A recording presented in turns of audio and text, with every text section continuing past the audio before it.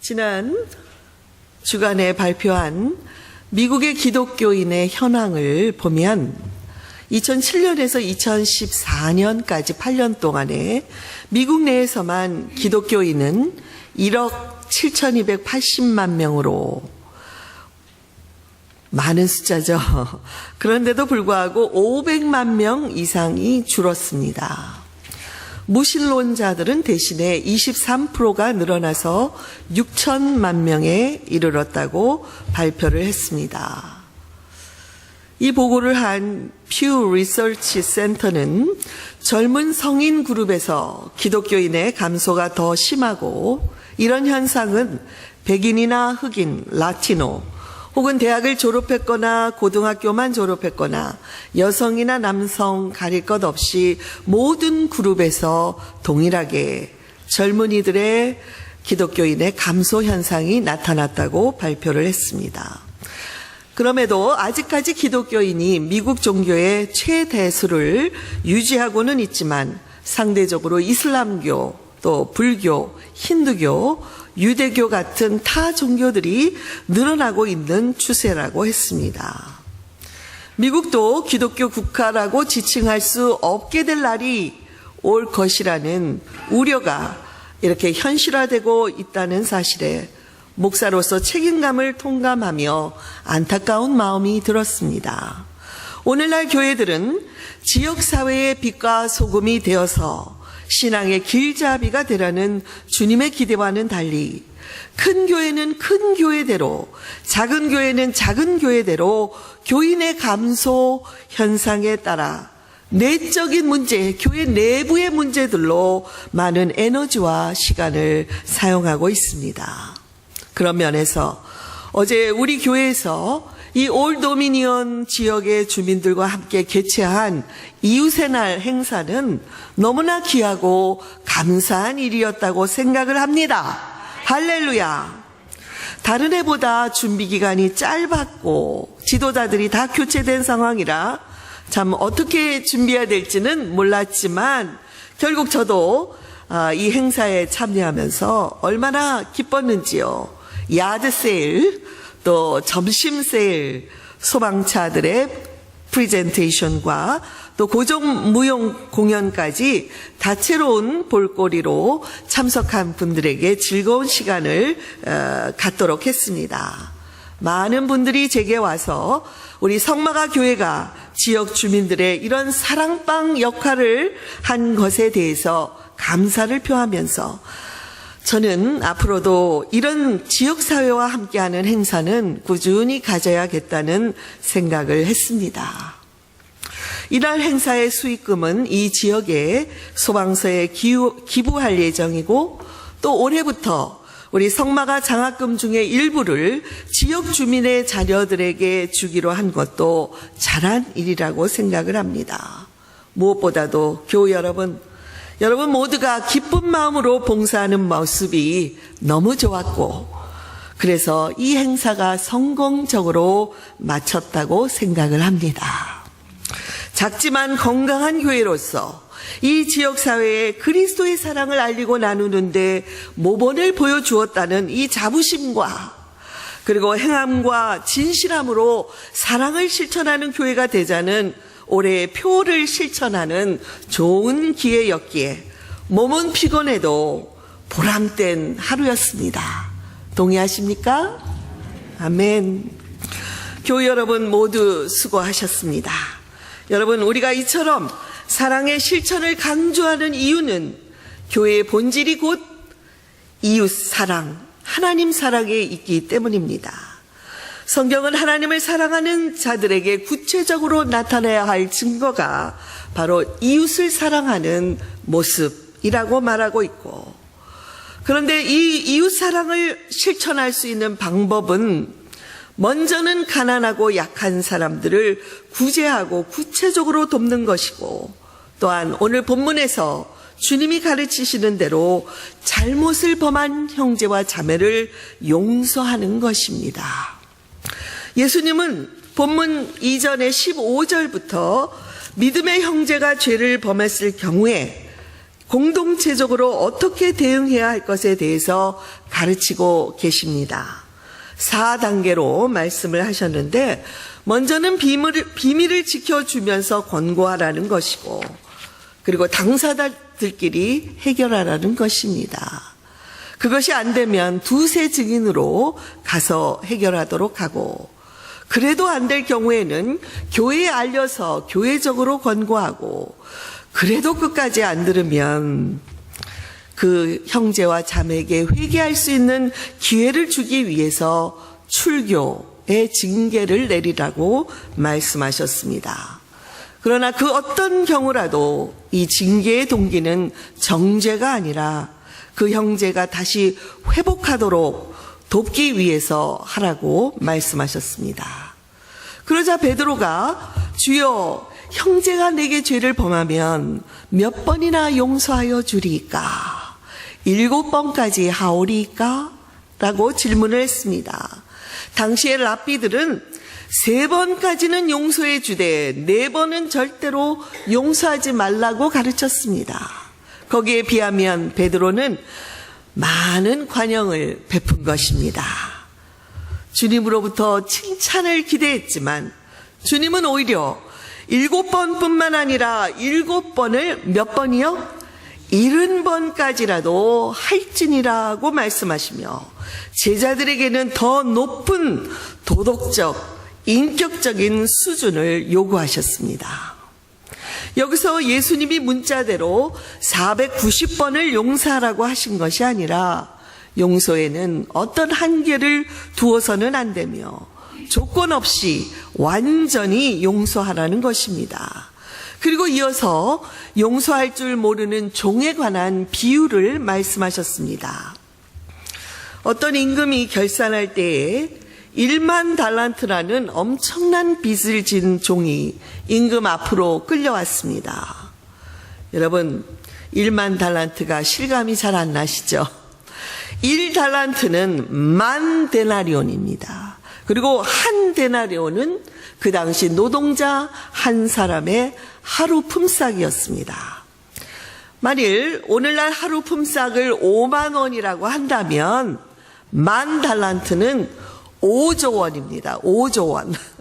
굉장한 어마어마한 이 큰 빚을 지고도 갚지 못하고 있는 이 종에게 임금은 그의 모든 재산과 그는 물론 아내와 자녀들까지 다 팔아서 갚으라고 명령을 내렸습니다.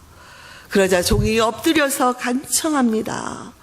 왕에게 절을 하며 내가 갚을 터이니 조금만 내게 시간을 더 주십시오. 이렇게 간청하자 임금의 마음이 갑자기 이 종이 불쌍히 여겨지고 그를 놓아주라 말하면서 그의 모든 빚까지도 다 죄로 탕감해 주라고 말씀을 했습니다. 여러분, 이 비유의 말씀을 듣던 자들은 야, 그렇게 많은 빚을 탕감해 주다니 너무나 놀라면서 듣고 있었던 것을 여러분이 상상해 보시기 바랍니다. 그런데 이 종이 나가서 자기에게 100데나리온 빚진 자를 만났습니다. 그는 동료였습니다. 이 100데나리온은 1억 데나리온, 10,000달란트가 1억 데나리온인데 이 데나리온에 비하면 게임도 안 되는 숫자죠. 그런데 이 100데나리온 빚을 진 동료를 붙잡고 목을 붙들고 빨리 돈 갚아. 그 종이 그 친구가 내가 갚을 터이니 조금만 시간 좀 더 줘라고 말을 하는데도 불쌍히 여기지 않고 돈을 갚을 때까지 옥에 들어가 있어. 그리고 옥에 가두었다고 말씀하고 있습니다. 이 종의 이런 모습을 지켜본 다른 종들이 정말 안타까운 마음에 임금에게 이 사실을 알립니다. 그러자 임금님이 노하셔서 빚을 탕감해 준 그 종을 다시 불러다가 이 악한 종아, 악하다고 부르시며 내가 너를 불쌍히 여긴 같이 너도 내게 빚진 자를 불쌍히 여겨야 마땅했다고 하시며 내가 돈을 갚기 전에는 여기서 나오지 못한다 하고 옥에 가두었다는 비유의 말씀입니다. 이 비유의 결론은 너희가 각각 마음으로부터 형제를 용서하지 아니하면 하늘 아버지께서도 너희에게 이와 같이 하실 것이라는 결론으로 맺음을 하셨습니다. 하나님의 용서를 경험하고도 다른 사람을 용서하지 않는 자들은 이와 같이 하나님의 형벌을 받게 된다는 것입니다. 우리가 용서하지 않는 마음을 품고 있으면 여러분, 그 마음이 더러워지고 사탄이 틈을 탈 수 있고 우리도 모르는 사이에 미워하는 사람을 닮아가게 된다는 것입니다. 또한 주님과 멀어질 뿐만 아니라 몸도 쇠약해지고 마음도 쇠약해지고 과거에 묶여서 살기 때문에 과거의 상처에서 놓여나지 못하는 삶을 삽니다. 이처럼 용서하지 않으면 용서받기가 어렵습니다. 그러나 하나님의 은혜로 다른 사람들을 용서하면 영적으로 맑아지고 깨끗해지고 마음의 상처에서 치료가 되고 그래서 육체적인 질병까지도 고침을 받는 경우들이 많이 있습니다. 이렇게 중요한 용서에 대해서 오늘 본문에서 주시는 몇 가지의 교훈을 살펴보도록 하겠습니다. 첫째로, 용서는 주님의 명령입니다. 같이 하십시다. 용서는 주님의 명령입니다. 용서는 해도 되고 안 해도 되는 것이 아닙니다. 주님의 명령이며 반드시 순종해야 합니다. 때로는 용서가 불가능해 보이지만 순종하면 불가능을 가능하도록 주께서 인도해 주십니다. 우리 주기도문에서 우리가 우리에게 죄 지은 자를 사하여 준 것 같이 우리 죄를 사하여 달라고 주께서 그렇게 기도를 가르치지 않았습니까? 이 말씀은 우리의 죄를 용서해 달라고 구하기 전에 먼저 우리에게 죄 지은 자를 용서하라는 말씀입니다. 마태복음 5장 23절에서도 예물을 제단에 드리다가 거기서 내 형제에게 원망 들을 만한 일이 있는 것이 생각나거든 그 예물을 그 자리에 그대로 두고 먼저 가서 용서하고 혹은 용서받은 후에 와서 예물을 드리라고 말씀을 했습니다. 같은 의미의 말씀이 마태복음 6장에서도 나와 있습니다. 너희가 사람의 잘못을 용서하면 너희 하늘 아버지께서도 너희 잘못을 용서하시려니와 너희가 사람의 잘못을 용서하지 아니하면 너희 아버지께서도 너희 잘못을 용서하지 아니하시리라. 여러분, 우리가 먼저 용서하는 것이 곧 하나님의 용서를 받는 길입니다. 결국에는 내가 살기 위해서 내게 잘못한 형제와 자매를 용서하는 것입니다. 이렇게 용서는 분명한 주님의 명령입니다. 둘째로, 용서는 과정입니다. 같이 하십시다. 용서는 과정입니다. 우리가 입으로 열심히 당신을 용서합니다 라고 아무리 외쳐도 용서는 단숨에 이루어지는 것이 아닙니다. 용서는 마치 양파처럼 껍질을 벗기면 또 나오고 벗기면 또 나오고 오랜 기간의 과정을 거쳐야 합니다. 이런 과정을 통해서 우리는 자아의 껍질을 벗어가는 훈련을 하는 것입니다. 그러므로 분명히 내가 용서했는데, 내가 기도도 했는데 왜 아직까지 내 마음에서 이렇게 용서하지 않는 마음이 있는 것일까? 무엇이 잘못된 것일까? 걱정하지 마시고 계속해서 용서를 선포하시기 바랍니다. 이것은 상대방을 직접 대면하더라도 불편하지 않은 그런 단계를 말합니다. 저 사람 보기 싫어. 상대방이 오면 돌아가야지가 아니라 불편하지 않습니다. 그리고 마음에 요동함이 없습니다. 평화가 그대로 유지가 되는 상태. 더 나아가서는 그 사람을 축복하고 사랑하는 데까지 나아가야 하는 것을 말합니다. 어려울 것 같지만 우리가 말씀의 은혜를 받고 영적으로 성숙해 가면 우리는 우리의 이기심과 자존심과 자아를 내려놓게 되고 용서할 수 있는 자유가 생길 수 있습니다. 그러므로 용서는 과정이며 시간이 걸린다는 사실과 어떤 경우에는 평생 동안을 용서합니다, 용서합니다를 외쳐야 하는 경우도 있다는 것을 기억하시기 바랍니다. 안 되는 것을 억지로 하려 하거나 너무 용서해야 된다라고 몰아치면 그로 인해 더 큰 수렁에 빠질 수도 있습니다. 8년 전에 밀양이라는 영화가 큰 화제를 불러일으켰습니다.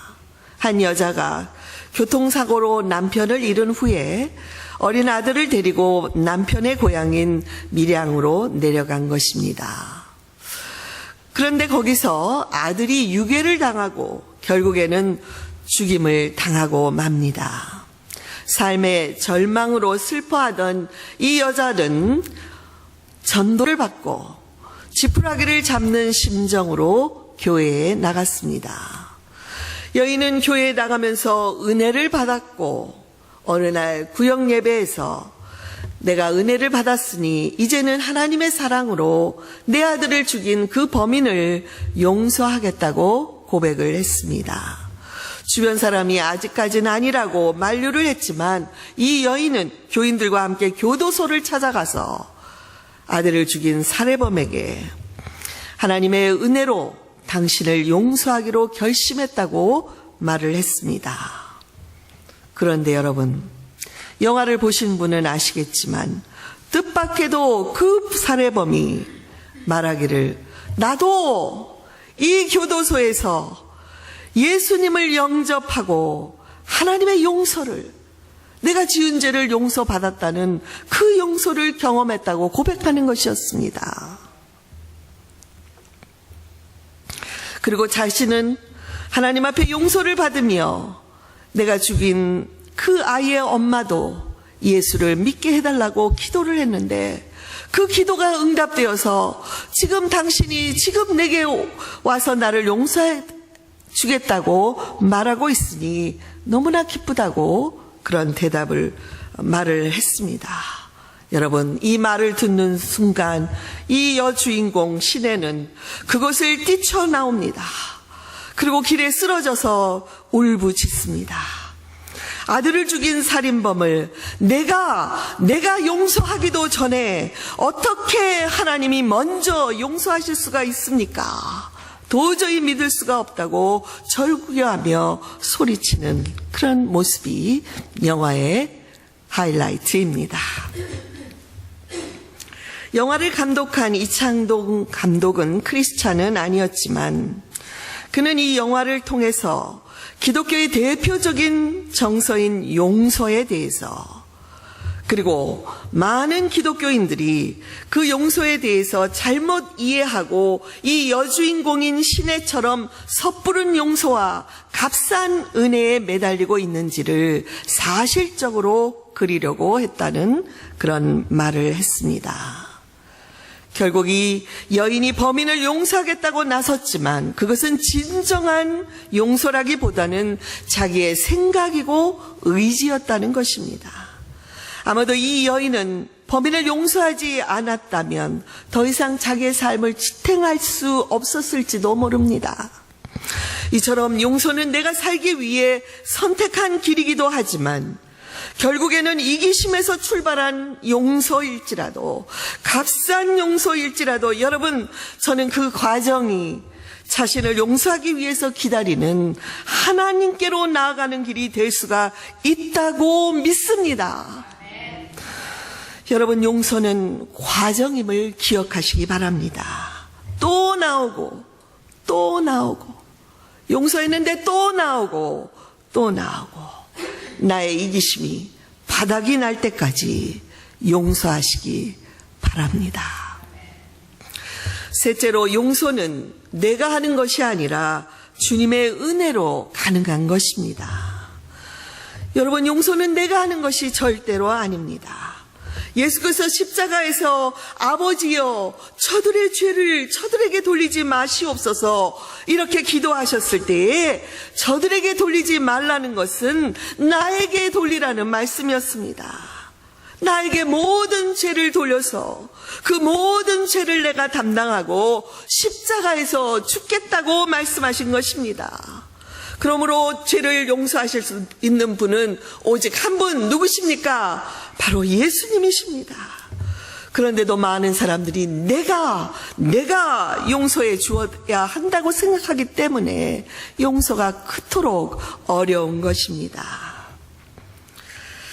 그러나 주님 앞에서 내 자신이 죄인인 것을 고민해 본 사람들, 아무리 거부하려고 하지만 또 다시 죄를 짓는 내 모습을 보면서 부끄러워하는 사람들, 스스로 노력해보지만 이 죄 문제를 나 혼자서는 해결할 수 없다는 것을 깨달은 사람들은 그 십자가의 은혜가 얼마나 큰 것인지 고백하지 않을 수 없습니다. 또한 이 십자가의 은혜를 경험한 사람들은 자신의 죽을 죄가 용서받았다는 그 기쁨 때문에 다른 사람들의 잘못을 용서할 수가 있습니다. 그들은 다른 어떤 것보다도 이 하나님의 은혜가 소중하기 때문에 이 은혜를 막는 다른 모든 것들은 포기하겠다는 결단을 내립니다. 용서하지 못하는 마음이 있는 곳에는 하나님의 은혜가 임할 수가 없습니다. 그래서 은혜를 사모하는 자들은 그 누구와도 원수 관계를 맺지 않고 크고 작은 용서를 삶에서 실천하며 살아가는 것입니다. 이렇게 은혜는 은혜를 낳고 용서는 용서를 낳으며 우리에게 참 자유와 사랑을 경험하게 인도하는 것입니다. 그러므로 누군가, 특히 믿는 형제나 자매가 내게 잘못을 하거나 죄를 범했을 때 예수님의 비유 속에 있는 이 악한 종처럼 하지 마시고 불쌍히 여기는 마음으로 용서할 수 있기를 바랍니다. 우리가 용서하면 하나님의 은혜는 배가가 되고 더 큰 은혜를 내려주심으로 더 많이 용서하며 살도록 도와주실 것입니다. 정말 아멘이십니까? 하나님 앞에 이 아멘 하셨다는 것을 기억하시고 하나님이 너 용서해라 할 때는 과감없이 용서할 수 있기를 바랍니다. 오래전에 저의 경험인데요. 어떤 교우님이 오해로 인해서 저의 마음을 아프게 한 적이 있었습니다. 저는 그를 용서하게 해달라고 기도를 드렸고 기도한 후에는 다 해결이 된 줄 알았습니다. 그런데 제 마음은 여전히 그분을 보는 것이 왠지 불편했고 가급적 마주치는 것을 원치 않았습니다. 그리고 얼마의 시간이 지난 후에 저는 영성 수양회에 다녀오게 되었습니다. 수양회 기간 동안 주님께서 많은 은혜를 내려주셨습니다.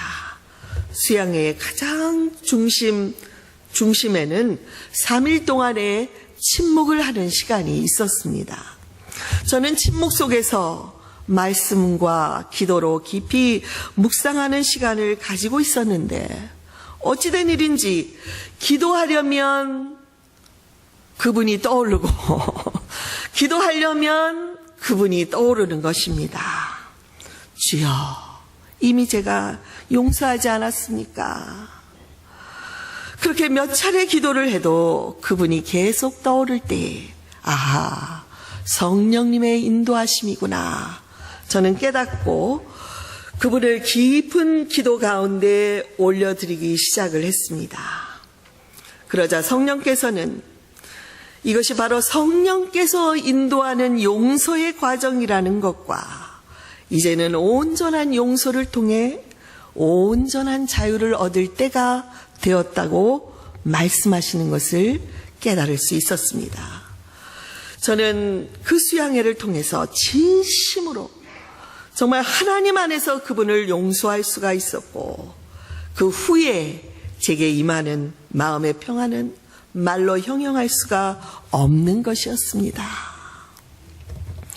더욱 감사한 것은 제가 돌아와서 그분을 만나게 되었을 때 이전과는 달라졌다는 것을 제 자신이 분명하게 알 수가 있었고 이제는 제가 먼저 그분에게 다가가서 진심 어린 마음으로 그분을 축복할 수 있게 되었습니다.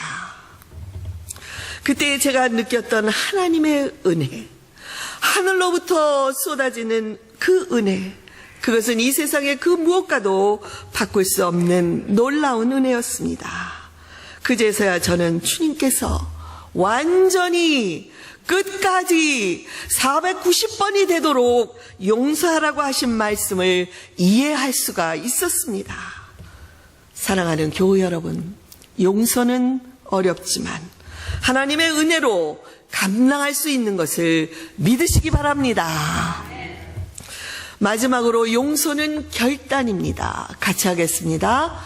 용서는 결단입니다.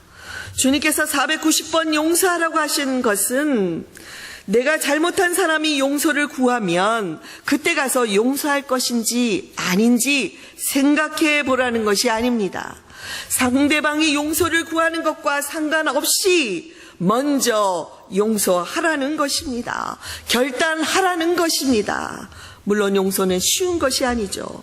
더욱이 내가 잘못한 것도 아닌데 무조건적으로 용서하는 것이 너무나 불공평하지 않습니까?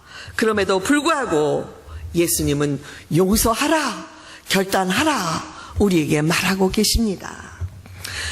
예수님은 아무 죄도 잘못도 없으신 분이 십자가에 못 박히시면서 주여 저들의 죄를 용서하여 주시옵소서 용서를 선포하시지 않았습니까? 그리고 우리에게 선생된 자인 나의 모본을 따르라고 말씀하시지 않으셨습니까? 나로서는, 우리로서는 어렵지만 하나님의 은혜가 임하면 할 수 있습니다. 주님은 우리를 그렇게 믿어주고 계십니다. 기독교인들, 특별히 주님의 제자들은 바리새인들보다, 세상 사람들보다 더 높은 도덕적인 삶을 살아라, 더 높은 인격적인 삶을 살아야 한다고 주께서 기대하시는 것을 잊지 마시기 바랍니다. 주님의 나라는 죄인들이 벌을 받아서가 아닙니다. 죄인들이 저 벌을 받아서가 아니라 죄 없는 사람들이 죄인처럼 베푸는 용서, 죄인들에게 베푸는 긍휼, 그 용서와 사랑 때문에 확장되는 것입니다. 내가 용서할 때 하나님의 나라가 이 땅에 임한다는 것을 기억하십시오. 제가 오래전에 용서에 대해서 배울 때 이미 돌아가신 분이라 할지라도 용서를 선포하라고 하신 말씀을 듣고 깜짝 놀란 적이 있습니다. 왜냐하면 용서하지 않고 서로 화가 나 있거나 분노가 있는 사람들은 아무리 시공간적으로 떨어져 있어도 이미 돌아가셨다 할지라도 감정의 고리는 여전히 남아있다는 것입니다. 그래서 우리 자신을 위해서라도 돌아가신 분에 대해서도 용서를 선포해야 한다고 말씀하는 것입니다. 또한 용서하지 못하는 부모들은 자녀들에게 알게 모르게 영향을 미치고 있다는 것입니다.